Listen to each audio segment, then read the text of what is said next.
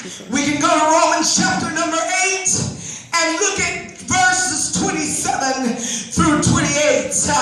Paul describes the work of the Holy Spirit, proclaiming this.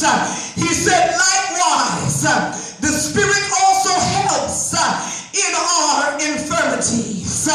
For we know not what we should pray as we ought. But the Spirit himself makes intercession for us with groanings that cannot be uttered. And in my imagination, to groan is you know how the older saints used to pray. Oh Lord, Heavenly Father, I come before your throne of grace. Oh Lord, help your children.